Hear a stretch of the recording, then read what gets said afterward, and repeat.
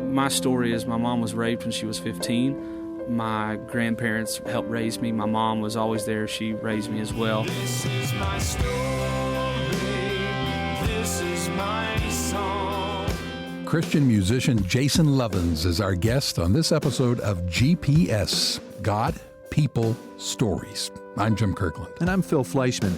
Jason's story is a relevant one any day of the year, but especially so right now. It was 43 years ago, on January 22nd, that the U.S. Supreme Court legalized abortion in the United States with its landmark Roe v. Wade decision. Every year around the anniversary, pro-life groups present Sanctity of Human Life events. They're an effort to bring home the fact that every unborn child is as human and as deserving of life as you and I are. Jason Lovins was born in 1981. That was 8 years after the Roe v. Wade decision, so his mom could have legally aborted him, but she didn't. And Jason is here to share his story. GPS. God, People, Stories. Jason Lovins spends most of his weekends through the year on the road as the leader of a group aptly named Jason Lovins Band. They share God's love through music and through the story of God's work in Jason's life. Whatever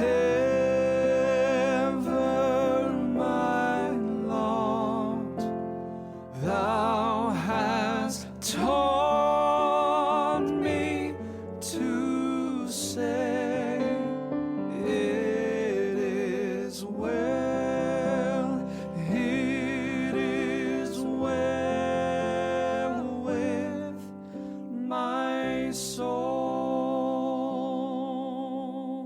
Jason was born and raised in the small town of Canova, West Virginia. His first memory is going to his mom's high school graduation. His mom's high school graduation. When he was 3 years old, his mom had been raped at the age of 15. So I never had a father figure growing up except for my grandfather, and he was not a believer until actually the age of 70. My grandma prayed for him for 50 years. This godly woman, Grandma Mary Jo Lovins, is very special to Jason, and he is very special to her. Always has been. My grandma had enough faith to just make that decision that abortion was not going to be an option for her and her 15-year-old daughter. Growing up without a dad around, let alone knowing that your dad is a rapist, can be tough waters to navigate. Jason's grandma helped him do that. I remember at a very young age, my grandma just instilling in me that, you know what, you don't have an earthly father, but you have a heavenly Father who is so much more amazing than you could ever possibly imagine anyway, so you're going to be okay. And I just remember always, as a little kid, just praying to God and just talking to Him like He was my dad. And I remember her telling me that, He's your dad. Just talk to Him like you would talk to your dad. What a friend we have in Jesus. All our sins and griefs to bear. Jason's relationship with his heavenly dad took an important turn when Jason was 8 years old. He was at a church camp in Kentucky. I'll never forget it. I just knew, I grew up in church all my life. My grandma sang in a gospel group, so we were in church a lot.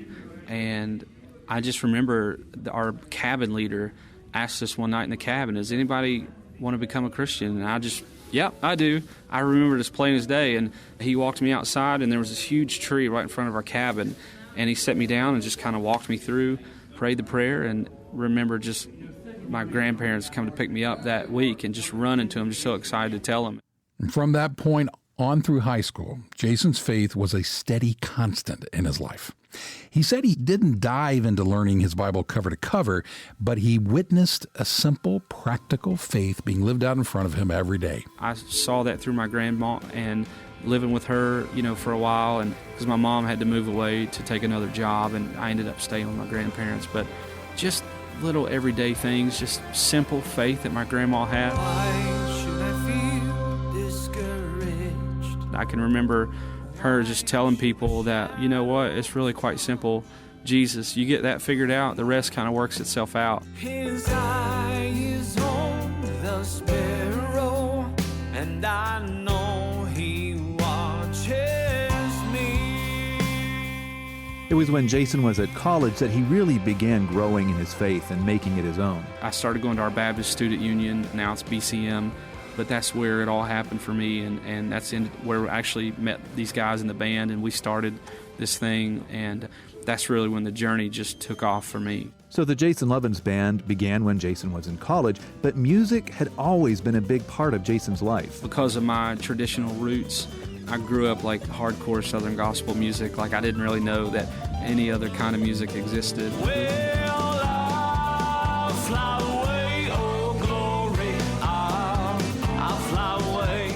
I didn't know who Michael W. Smith was until I was in 9th grade and started going to First Baptist Canova, which is the church he grew up in.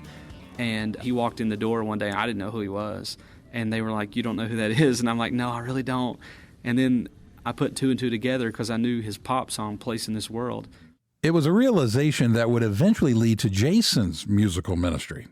As he began to play more contemporary music, more Michael W. Smith style music, he realized it could work with the more traditional music he already knew so well. Just kind of blending those together, and we've been able to go to a lot of churches the past couple of years who have really been struggling with the whole music thing, with contemporary and traditional, and just show them that you can have a blended service and it can work and it can be done well and people will enjoy it, old and young. And so the Lord's really had us in that a lot, and so that's been really the neatest thing. Just churches that we know that we're on the verge of splitting because of music, we've been able to go in and do that, and we've later heard that those are the things that kind of help them stay together and work through things. So, it's such an honor to be a part of something like that. I told the boys, I don't care if I play a huge concert ever again. If we can do that the rest of our life, I'm set. I know I've done what I was called to do. All to Jesus I surrender, humbly at his feet I bow. Worldly pleasures all forsaken, take me, Jesus, take me now. Helping churches restore harmony to their music ministries isn't the only kind of healing Jason and the band see happening at their concerts. They see very personal healing begin to happen after Jason shares the story of his mom's rape and her decision not to have an abortion. I mean, amazing things like meeting this 16-year-old girl who we found out had an 8-month-old child. We found out she was raped. She didn't know who the dad was, just like my mom. And sitting down with this little girl and sharing that story with her, I realized all she needed to know was there was somebody else in this world who had been through exactly what she had been through and had made it. And that's all she needed to hear. We sang with Mercy Me in our hometown, and I had a lady come up to me. She was in tears, could barely talk to me. All she could get out was thank you.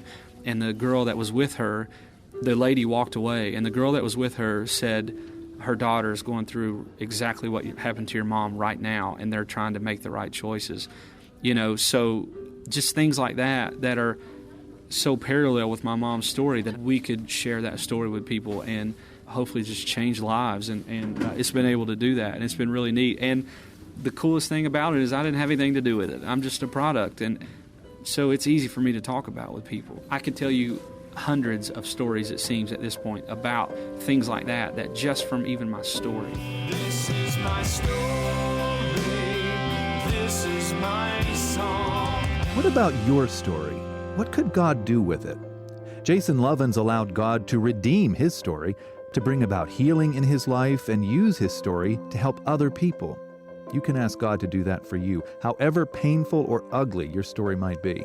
Go to billygrahamradio.org and click on Grow Your Faith. That's billygrahamradio.org. This is my story, this is my song, praising my Savior all the day long. In just a minute, Jason lets us in on his grandma's advice for life on the road.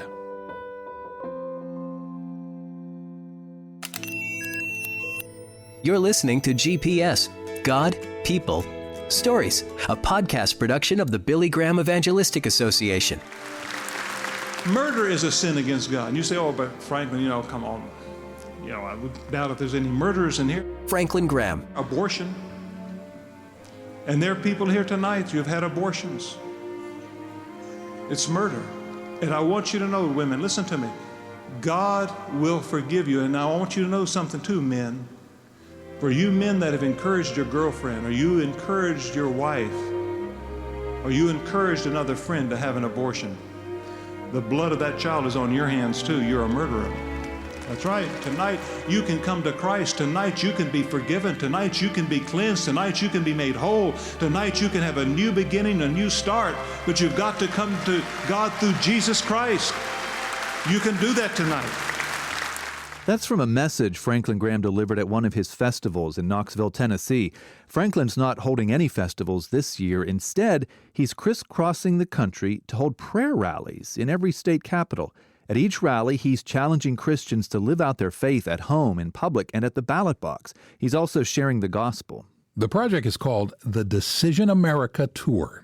You can learn all about it, including how you can take part, by going to decisionamericatour.org. Maybe Franklin Graham's and Jason Lovins' paths will cross at some point in the coming months, because Jason's also crisscrossing the country. He and the band spend a lot of time on the road, and that can be hard sometimes. Missing your family, keeping equipment maintained, the exhaustion. Well, Jason's grandma, Mary Jo Lovins, has given him advice for all kinds of situations in life, including life on the road. So many times she's told me, man, you just keep your eyes on the Lord and you keep doing what you know you're called to do, and He will work it out. And He really has. I mean, He's never failed me. And God will never fail you. We want to thank Jason Lovins for sharing his story and some of his music with us on this episode of GPS. Jason's story is a reminder that people are precious to God, both before and after they're born. We post a new episode of GPS every Wednesday. We put it up on our website, billygrahamradio.org, and on our podcast platforms. Those are iTunes, Stitcher, and SoundCloud. Then we usually share the episode the next day on Facebook. And speaking of Facebook, you can find us there by searching for Billy Graham Radio. I'm Jim Kirkland. And I'm Phil Fleischman. I'll fly